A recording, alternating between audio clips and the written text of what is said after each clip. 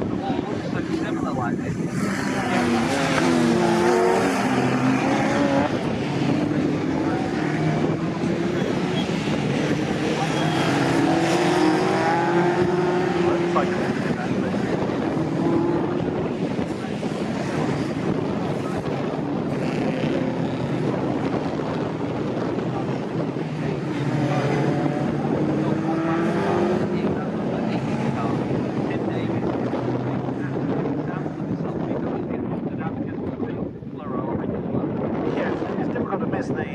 The Boss Racing stable. They've got an army of Caterhams here.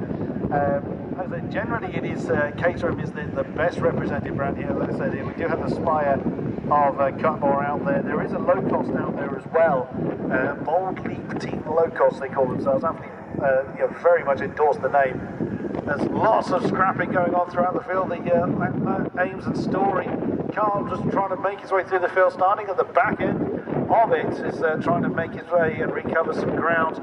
Now Mark James is having a great argument with the Spire. He's actually got back ahead of him. Now he managed to get ahead of the Spire a lap ago and lost that gap again on the Bentley Straight. Now Mark James, he's having a second again. He's being challenged again, heading towards Hamilton. Oh wow! As John Cumber had to back out of that, Tim Davies is like, yep, you carry on. I'm just going to carry on, planting my right foot here. You keep having the scrap, and that's going to give me some lovely breathing space. But a brilliant battle for second ensues. Yeah, definitely Simmons there. Just had to keep his foot in, like you say, just had to get committed to the corner and make sure that Cutmore knew exactly what his plan was. It was down to Cutmore there to decide whether they were going to have an accident or not. Yeah. And we've got a car slowly on the way out of Agostino, trying to figure out who the heck that is.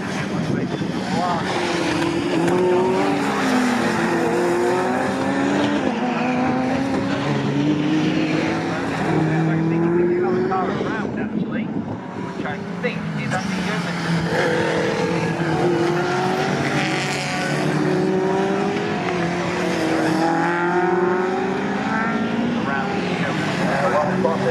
Yeah, that is indeed the 36 car. That is Yeoman's that's gone round Hamilton. He's not down again.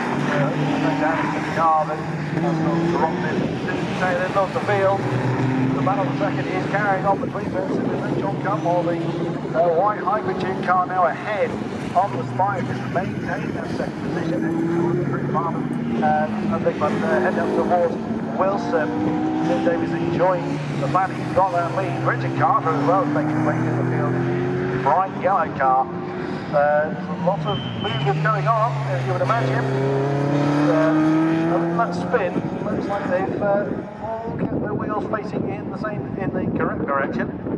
And to be fair, if you want a comparison of pace to earlier on, the Ferrari challenge car in the last race of Jenkins was doing 157s, and right now Davis is doing 156. Just showing you how quick these things really are.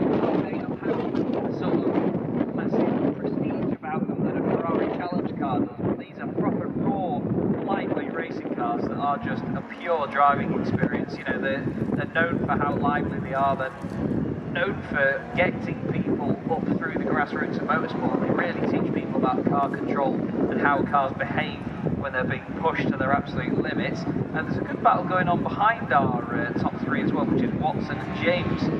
Cars 92 and 40. Everybody, it seems, has gone up the order quite well.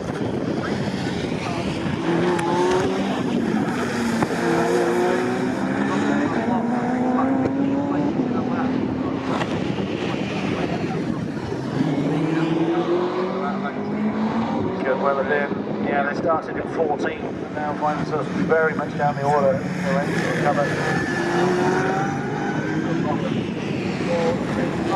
Trouble for the 115. John Tippler in the 329 6-rounders. I guess maybe again.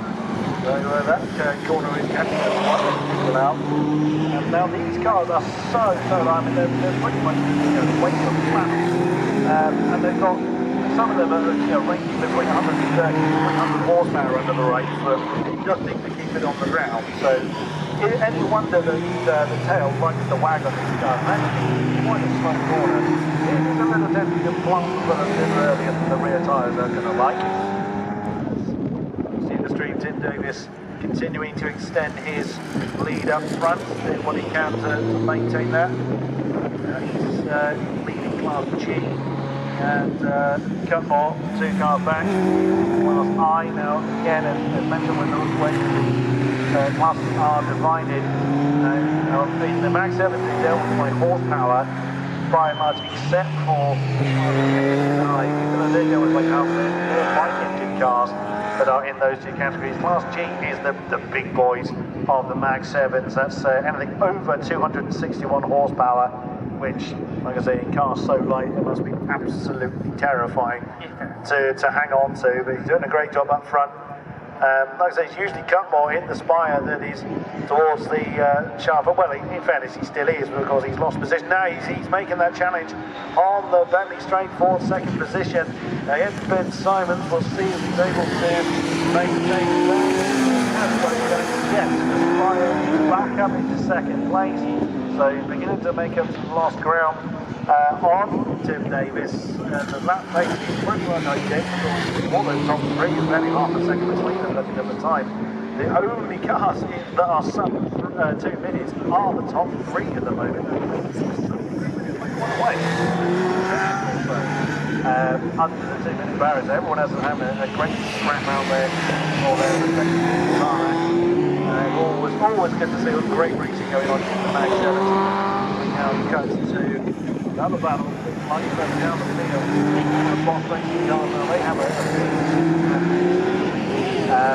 generally, I've seen half a dozen cars in the Boss racing colours that you'll see at any Mag 7 event. That's car number 93, that's Coulter, who's been with the club a good many years with that C400. Forward. Because the field is so large and so diverse. Coulter is that 9th position. He's just wrestled from the number 15 car of the Cook and Entertainer. Simmons has got back up into second place now, ahead of Cutmore, just got across the edge of the partners down towards Agostini. Two of them, though, not really that far behind Davis. Even though they are swapping positions and they are fighting, they certainly are catching up with him now. It's 1:56.9 on the background. Well, on this lap, getting very, very quick first sector. Now two of them are going to start trying to Davis as best they can. By the time this is done, we had a car in the pits a moment ago as well, Cutmore. He's gone back out on track again.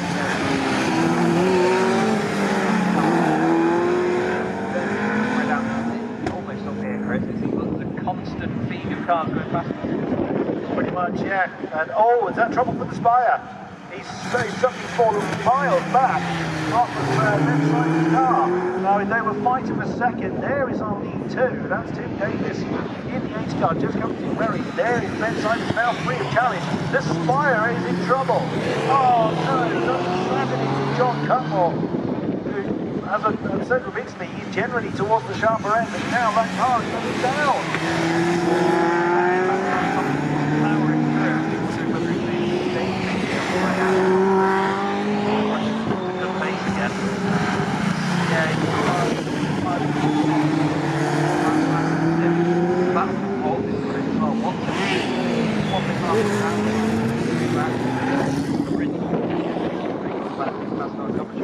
TSL on our timing screen looks like they're actually changing positions at all. They keep swapping every single lap and then swapping back again. Yeah, all that. It's going so well. We've got two cars side by side across the line here. That's number 93, Coulter, alongside Taylor's car. Taylor and Cook anyway. Sharing LG.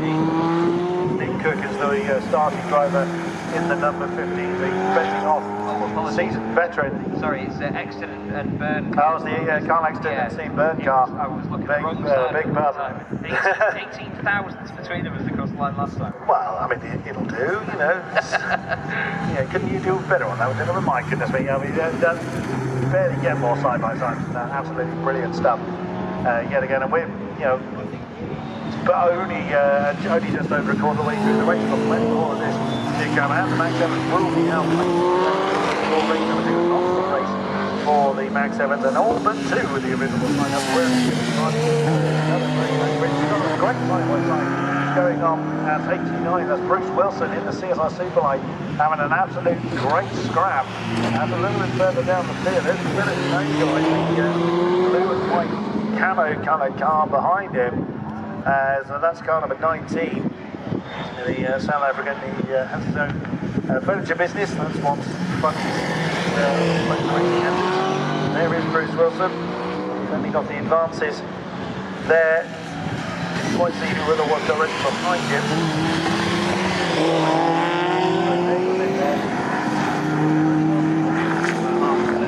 Car number 20, car number 20, Tim Woodman in the Caterham 7.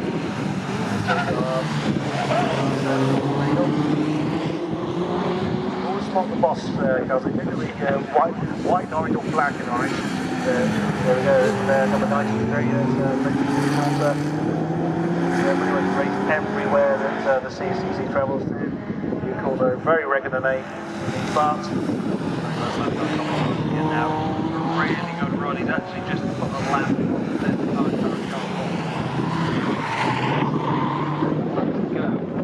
yeah, like you say, we're pretty hard here. Diverse car like this, so talented.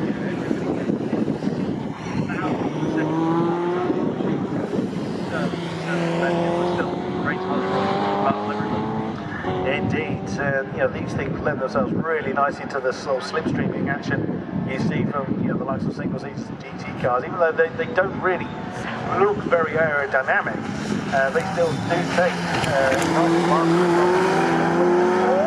Because I got a little bit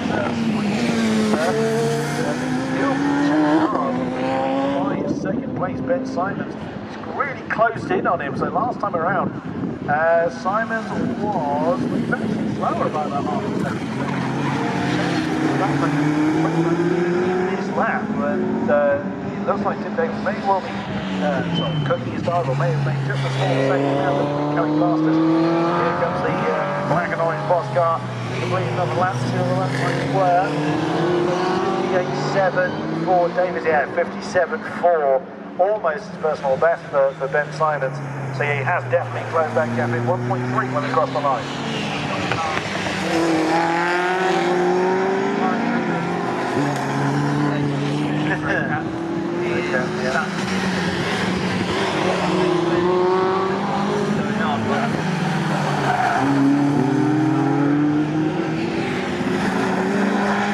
When the start stop, they're doing them. Early, I think. I'm sure that I read his timed it 15 minutes into the race before the pit lane opens. So yeah, they are. May have mistimed that, but we'll see.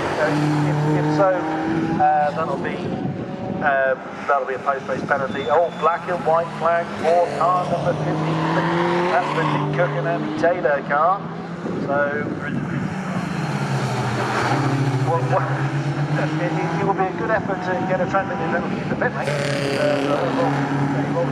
The last warning, they will get a track limit penalty if they keep on pushing their luck. Penalty penalties for 5 seconds, 10 seconds, etc. Black and white flag has been seen. Quite a few times. Drivers do tend to behave themselves, but of course, they're out there racing. They're out there having a good fun at their own scraps. Of course, they're going to try and push the limits as far as they can. That's coming over the line. That's number 4, Stuart Davidson, having a good old scrap to win.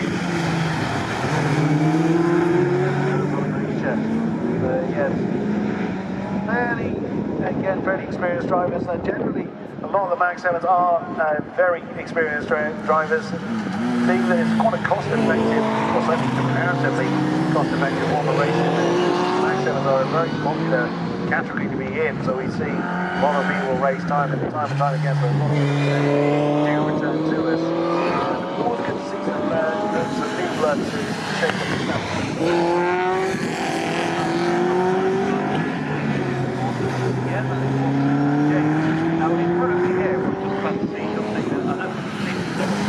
Black and white